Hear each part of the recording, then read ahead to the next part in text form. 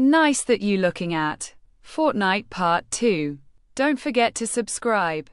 Several journalists suggested that Fortnight is autobiographical in nature, but it also blends confessional and fictional elements.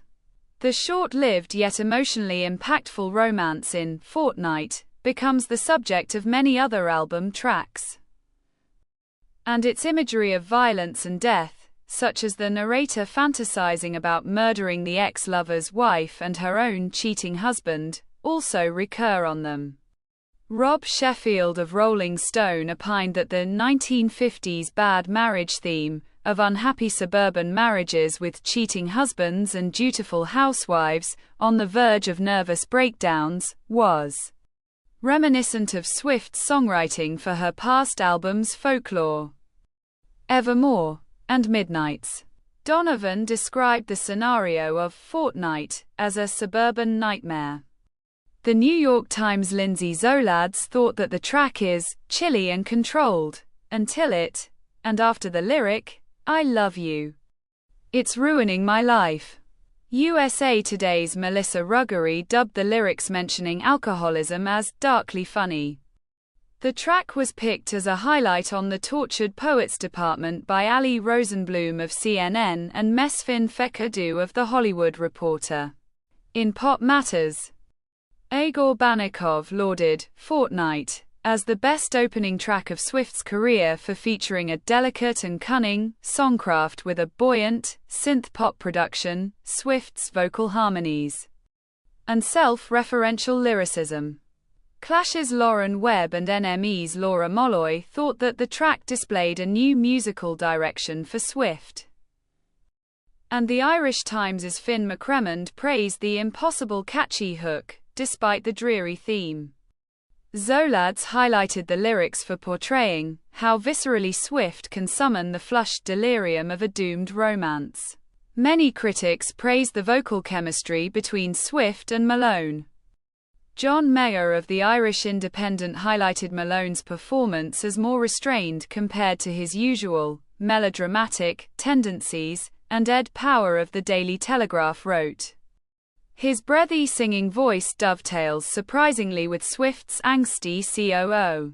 Billboard's Jason Lipschutz ranked Fortnight fifth out of the 31 tracks on the double album edition of the Tortured Poets department, praising how Malone's appearance suits well with Swift's vocals and gives the bridge subtle power and hangdog charm.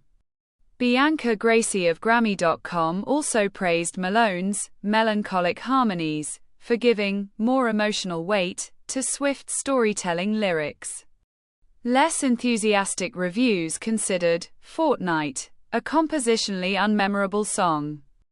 Callie Algrim of Business Insider and deemed it uninventive and argued that it was too similar to Antonoff and Swift's previous collaborations, specifically calling it a derivative of Midnights. Mark Richardson of The Wall Street Journal deemed it mediocre, and Paste and Our Culture mag's Konstantinos Papis criticized the sound as empty and bland.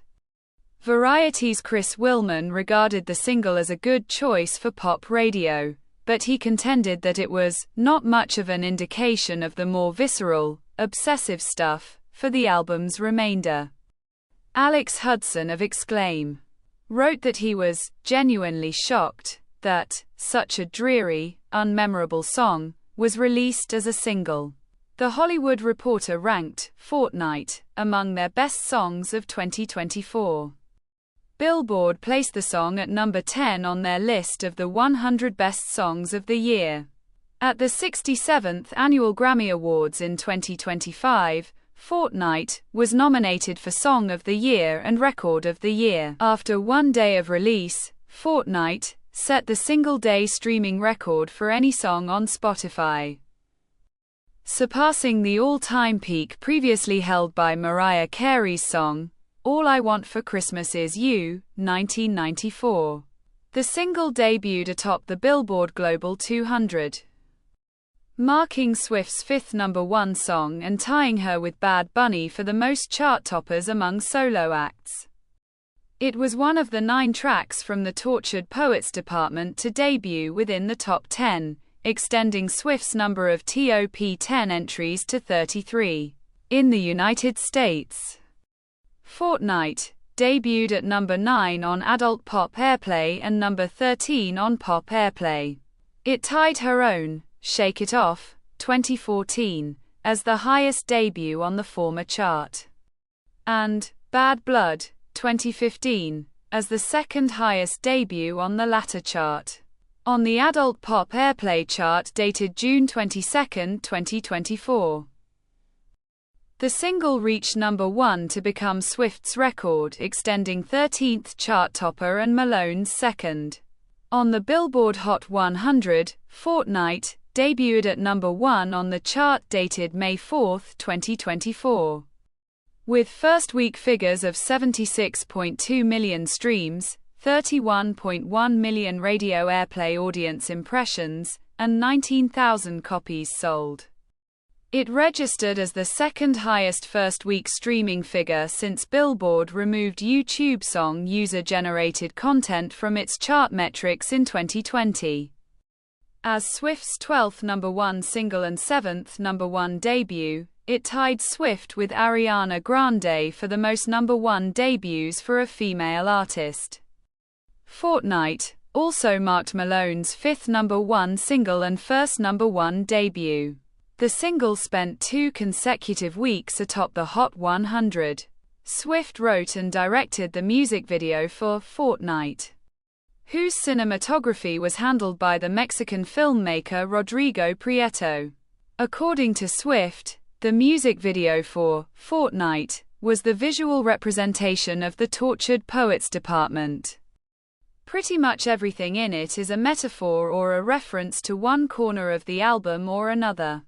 4 hours prior to the album's release, Swift posted a teaser for the music video on social media.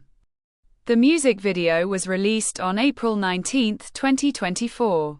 It has a black and white cinematography and features Swift and Malone as ex-lovers, and Dead Poets Society's co-stars Ethan Hawke and Josh Charles as mad scientists carrying out tests on Swift.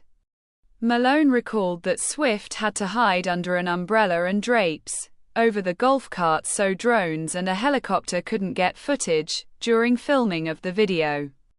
The video starts with Swift seen in a white dress and choker, chained to her bed in a mental facility. The bed is suspended on the wall after a faceless person gives her a "forget him" pill. Swift is seen wiping her face to reveal tattoos.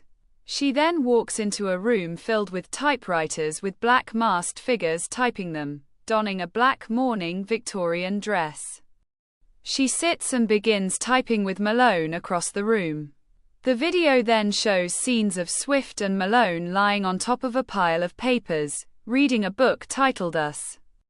They embrace on a lone highway before being caught up in a tornado that causes loose papers to swirl around them. Back at the mental facility, Swift is seen strapped to a gurney, in a laboratory. The doctors, Hawke and Charles, perform electroshock therapy on her as Malone watches from the side in the final scene. Malone calls from a telephone booth that Swift, in a sparkling flapper dress, is on top of in the pouring thunderstorm rain, on an isolated cliff. He ultimately comes out of the booth and grabs Swift's hand. The video ends with silent film credits. According to many publications, Swift's character in the video evokes the protagonist of the 2023 movie Poor Things, and the scene of her being experimented on by mad scientists resembled Mary Shelley's 1818 Gothic novel, Frankenstein. In the French film magazine Premiere, Anthea Claw compared the black and white cinematography and certain scenes to those of early 20th century German expressionist silent films. The close-up scene showing Swift's face and makeup evokes Metropolis, 1927. And the mental facility setting with its bed suspended on the wall and distorted interiors resembles the settings of the Cabinet of Dr. Caligari, 1920. Analyses of the video identified themes of mourning and reliving memories of a past relationship. G. Fashion magazines examined Swift's fashion relating to Victorian and Gothic styles that channeled poets and writers like Mary Shelley or Emily Dickinson. Ed Power of the Daily Telegraph thought that the video portrayed a haunting version of Swift that gets under our skin like never before, and complimented the acting chemistry between Swift and Malone. According to the literature professor Matthew J. A. Green, the video of Fortnight was part of Swift's foray into literary Gothic, which was an important artistic endeavor that represented womanhood and critique of the self. At the 2024 MTV Video Music Awards, Swift won 7 trophies, 5 of whom were for Fortnight, becoming the most awarded artist in a single night in the awards history. Its trophy for Video of the Year extended Swift's record as the artist with the most wins, 5 times. Fortnight also won Best Video at the 2024 MTV Europe Music Awards, and for his cinematography work. Prieto won the grand prize, Golden Frog, in the music videos category at the 32nd International Film Festival of the Art of Cinematography Camerimage. This is the end of the video. Don't forget to subscribe. See you next time. Bye.